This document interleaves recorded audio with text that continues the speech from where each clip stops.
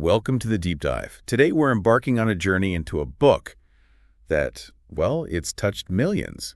Khalil Gibran's The Prophet. Yeah, published way back in 1923. And it wasn't just a book, was it? It really became this cultural touchstone. Translated into over 20 languages and, one of the best-selling books of the whole 20th century in the U.S. Only the Bible sold more. That tells you something right there. It absolutely does. And think about the timing.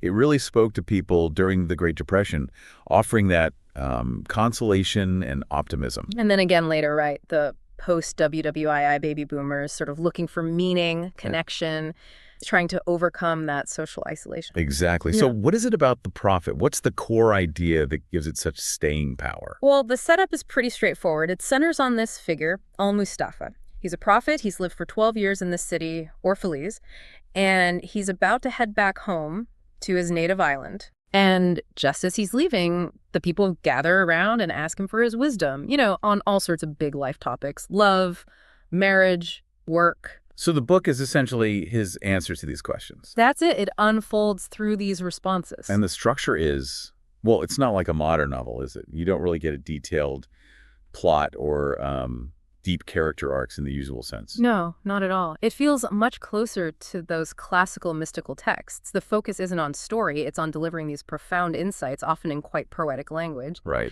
It feels like Gibran is trying to use Mustafa to kind of reconcile these big human dichotomies, identity versus difference, maybe even East and West. Which makes sense, considering Gibran's own life bridging those worlds. Lebanese-American, a writer, poet, artist. Absolutely. His Lebanese roots, his time in America, studying art, even with Roder, it all feeds into this unique blend of perspectives. He even started Majar, a society for Arab writers in America.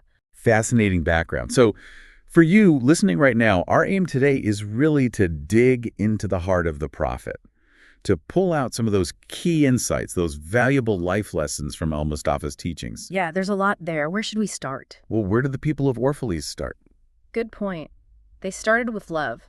Almitra, she's described as a seeress. She asks him first about love. And his answer isn't exactly simple or, hearts and flowers, is it? No, far from it. It's quite paradoxical, actually. He says love will crown you, but it will also crucify you. It's about growth, sure, but also pruning. That's stripping away. Crucify and pruning. Those are intense words. It suggests real love isn't just easy comfort. It involves these challenges that shape us. Precisely. He uses this really striking analogy, compares love's action to how grain is treated. It gathers you like sheaves of corn. Okay. Then it threshes you, it gets rid of the husk, sifts you, removing the chaff, grinds you down, kneads you until you're pliable, and then puts you to the sacred fire to become sacred bread. Wow. That's quite a process, a transformation through love, but not necessarily an easy one. Not easy at all. So the lesson seems to be that real deep love involves these difficult passages, these refinements, that ultimately help us grow. That makes sense. So what comes after love? Marriage. Almitra asks up that next. And again, Al-Mustafa's view is, nuanced. How does he describe that bond between two people? He talks about being together, definitely, but crucially, not losing your individuality. He uses that lovely image of lute strings. Yeah. They're separate strings, right? But they vibrate together to make the music. Fill each other's cup, but drink not from one cup. That line really stands out, captures that balance. It really does. It's about sharing deeply, supporting each other, absolutely. But don't merge so much you lose yourself. You need that space between you, togetherness and separateness. A delicate dance. Then someone asks about children, right? A huge topic for so many. Yeah. What's Mustafa's take on raising kids? Oh, it's profound. He calls children the sons and daughters of life's longing for itself. And he says they come through you, but not from you. That's a really powerful way to frame it. Yeah. Changes the whole idea from ownership to, being a conduit. Exactly. Stewardship, maybe? He says, give them your love, absolutely, but not your thoughts, because, they have their own thoughts. Right. Don't try to make mini-me's. Definitely not. Or fix their futures. He warns against trying to make them like you, reminding parents that life goes not backward nor tarries with yesterday. And that bow and arrow analogy. Parents as the bows, children as the living arrows. That's just perfect. Isn't it? It captures that idea of providing the grounding, the direction, but ultimately letting them fly on their own path. So the big lesson there is Respect their individuality. Let them find their own way. They aren't our possessions. Spot on. Then I think it's a rich man who asks about giving. And Mustafa's ideas here, they kind of push against the usual thinking about charity. How so? It's more than just writing a check or donating old clothes. Much more. He says straight up, you give but little when you give of your possessions. It is when you give of yourself that you truly give. So it's about the giving of self, the intention, the personal connection, not just the material stuff. That's the core of it. He criticizes hanging on to things out of fear for the future. Like a dog burying bones it might never dig up. He champions giving freely without needing thanks or recognition, like a myrtle tree just breathing its fragrance out into the world. And giving to everyone, right? Not judging who deserves it, like nature gives. Yes, exactly. They give that they may live, for to withhold is to perish. So the real takeaway is that selfless giving from who you are, means so much more than just giving what you have, especially if it's done out of duty or for praise. Makes sense. Okay, next up is work. The farmer asks about it. What does Mustafa say about our daily labor? Well, first off, he sees work as important. Being idle makes you a stranger to the seasons, to life's flow, but he doesn't see it as a curse. It should be embraced with love. Working with love. That's a beautiful idea. But, hard to feel sometimes, day in, day out. True. But he describes it so poetically. It is to weave the cloth with threads drawn from your heart, even as if your beloved were to wear that cloth. That puts a different spin on it. And he stresses that all work has dignity. And crucially, if you can't work with love, maybe it's better to sit at the temple gates and take alms from those who do. Wow, strong words again. So find purpose, find love in what you do. That connects you to life itself. That seems to be the essence. Then a woman brings up joy and sorrow, these huge, often opposing forces we all feel. What's his perspective on that? Are they separate? Not at all. He shows them as deeply intertwined, two sides of the same coin, really. He says, the deeper that sorrow carves into your being, the more joy you can contain. That's quite something. The capacity for joy linked to the depth of sorrow. Yeah. He says the same wellspring brings both laughter and tears. So you need to accept both. Remember, when one is there, the other is often sleeping nearby. So the lesson is acceptance, understanding they're both natural, connected parts of being human. Exactly. Embrace the whole spectrum. After that, a lawyer asks about, well, law. With a capital L. Given Mustafa's spiritual angle, I'm curious what he says about society's rules. Me too. Is he critical? Somewhat, yeah. He points out that lawmakers often break their own laws. He compares them to kids building sandcastles and then smashing them. That paints a picture. Highlights the potential hypocrisy, maybe. I think so. And how people tend to excuse their own actions while judging others. He uses this image of an old snake that can't shed its own skin, calling other creatures naked and shameless. Ouch. So the lesson is, question how laws are applied. Be aware of self-interest and double standards. Seems like it. Question the authority, but also look within yourself. Then he tackles freedom, another massive concept.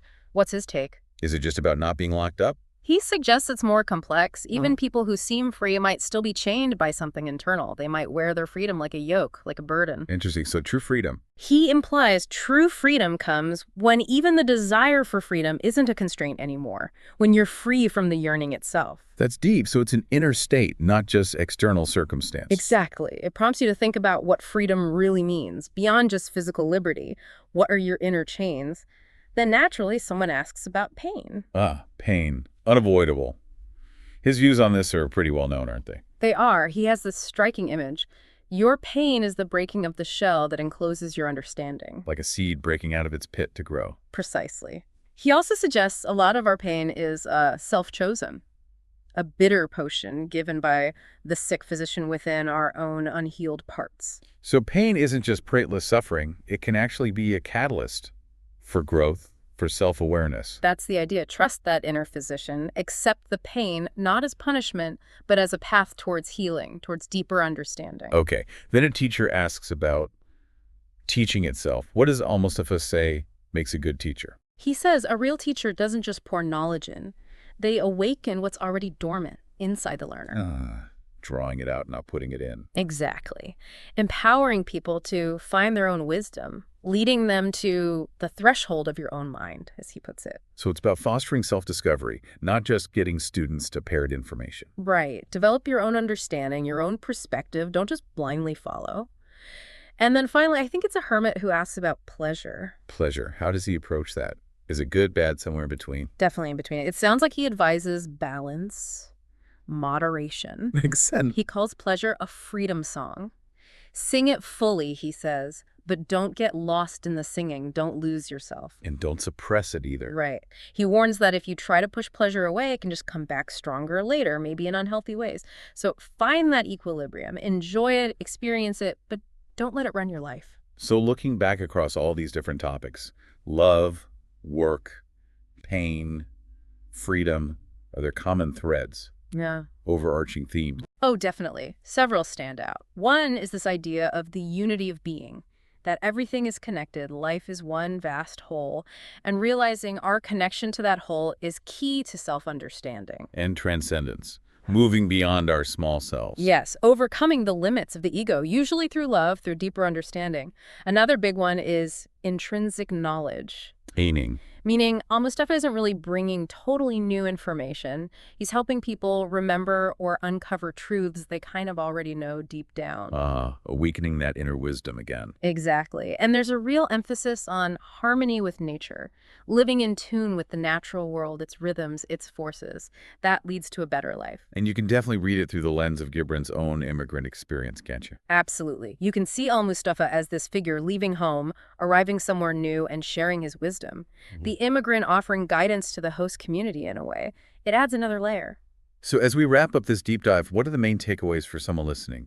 What should they carry with them from the prophet? Well, I think it just offers such timeless insights into these really fundamental parts of being human, you know? It encourages that self-reflection, finding balance, and just getting a deeper grasp on ourselves and how we connect to everything else.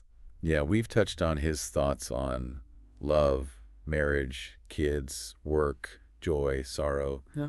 So much. It's all about navigating life. Exactly. Guidance for the journey. It really does give you a lot to think about. So maybe ask yourself, which of these ideas from Mustafa hits home for you right now?